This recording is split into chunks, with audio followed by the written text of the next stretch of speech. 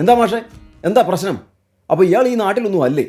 ആ പോകുന്ന നാരായണച്ചേട്ടൻ്റെ മോനെ യക്ഷി പിടിച്ചോണ്ട് പോയി. യക്ഷിയോ? ഏത് യക്ഷി? കടപ്പുറം കാർത്തിയായനി. എൻ്റെ ദൈവമേ, ഇതിപ്പോൾ എത്രാമത്തെ ആളെ അവളിങ്ങനെ പിടിച്ചോണ്ട് പോയി ഭർത്താവാക്കുന്നത്? അവൾക്ക് എന്ത് ചെയ്താലെന്താ?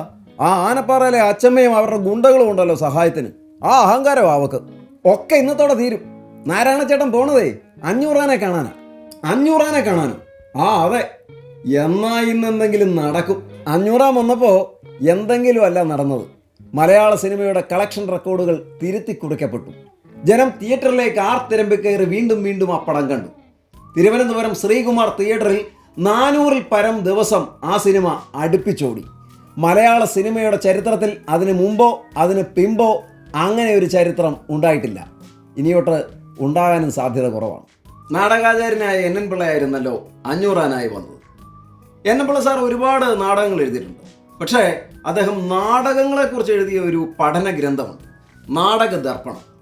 മലയാള നാടകങ്ങളെക്കുറിച്ച് അന്വേഷിക്കുന്ന ഒരാൾക്കോ നാടകങ്ങളെക്കുറിച്ച് സീരിയസ് ആയിട്ട് പഠിക്കുന്ന ഒരാൾക്കോ മലയാള സാഹിത്യ വിദ്യാർത്ഥികൾക്കോ ഒഴിച്ചുകൂടാൻ പറ്റാത്ത ഈ പുസ്തകം കുറച്ചു കാലമായിട്ട് കിട്ടാനില്ലായിരുന്നു. ഇപ്പോൾ മാതൃഭൂമി ബുക്സിലൂടെ പുറത്തു വന്നിട്ടുണ്ട്. ഈ പുസ്തകം കാണുമ്പോഴെല്ലാം എനിക്ക് മനസ്സിലേക്കൊരു ബാക്ക്ഗ്രൗണ്ട് മ്യൂസിക് ഇരച്ചുകുത്തി വരും. ഈ പുസ്തകം കാണുമ്പോൾ മാത്രമല്ല, എൻ എൻ പിള്ള എന്ന പേര് കേൾക്കുമ്പോഴും കാണുമ്പോഴും എല്ലാം എനിക്ക് ആ ബാക്ക്ഗ്രൗണ്ട് മ്യൂസിക് ഇരച്ചുകുത്തി വരും. ഏത് ബാക്ക്ഗ്രൗണ്ട് മ്യൂസിക്കാണെന്നോ? ഗോഡ് ഫാദറിലെ 500 ആനെ കാണിക്കുമ്പോൾ പശ്ചാത്തലത്തിൽ മുഴങ്ങുന്ന ആ സംഗീതം. എൻ്റെ കല്യാണത്തിന് കലക്കൻ ഒരു അലമ്പുണ്ടാക്കിയ മ്യൂസിക്കാണത്.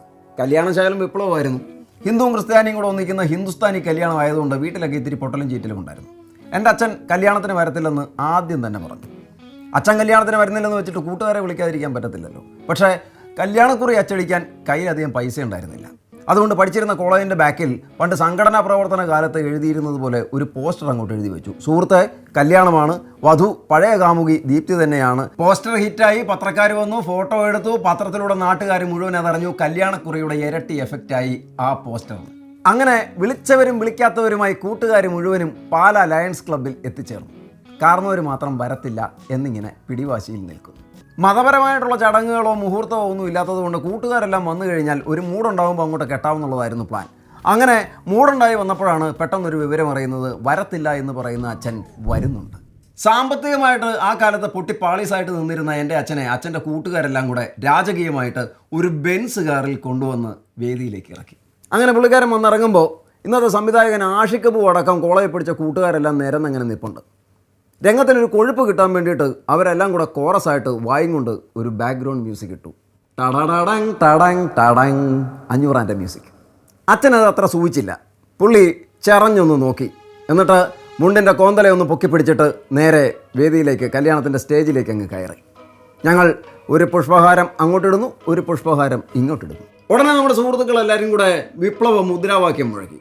അതും കാർന്നവർക്ക് അത്ര സുഖിച്ചില്ല. പുള്ളിക്കാരൻ ആ ഭാഗത്തേക്ക് തറപ്പിച്ചൊന്ന് നോക്കി നിന്നു. മുദ്രാവാക്യം അടങ്ങി. പുള്ളിക്കാരൻ ചെയ്തത് എന്താണെന്നറിയാവും?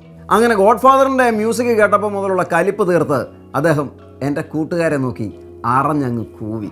ഇതെന്താണ് സംഭവിക്കുന്നതെന്നറിയാതെ എൻ്റെ കൂട്ടുകാരും വിദ്യാർത്ഥികളും ഞാൻ പഠിപ്പിച്ചിരുന്ന സ്കൂളിലെ സഹ അധ്യാപകരും ആ സ്കൂളിലെ ഹെഡ് മാസ്റ്ററും അടക്കം സകല ആൾക്കാരും അന്തം വിട്ട് നിൽക്കെ അദ്ദേഹം മുണ്ടിൻ്റെ കോന്തലയൊന്ന് ചെരിച്ച് പിടിച്ചുകൊണ്ട് ആ വേദിയിൽ നിന്നും ഇറങ്ങിപ്പോയി.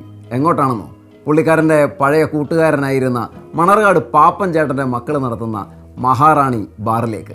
ഈ പാപ്പൻ ചേട്ടനാണ് നമ്മുടെ ലേലം സിനിമയിലെ ആനക്കാട്ടിൽ ഈപ്പച്ചൻ്റെ പ്രോട്ടോടൈപ്പ്. അങ്ങനെ ലോക ചരിത്രത്തിൽ ആദ്യമായിട്ട് സ്വന്തം മകൻ്റെ കല്യാണ സ്റ്റേജിൽ നിന്ന് അവൻ്റെ കൂട്ടുകാരെ ഒറ്റയ്ക്ക് കൂവിത്തൊപ്പിച്ച തന്തപ്പടി എന്നുള്ള ബിരുദം സമ്പാദിച്ചു എൻ്റെ പ്രിയപ്പെട്ട ചന്ദ്രൻ ചേട്ടൻ.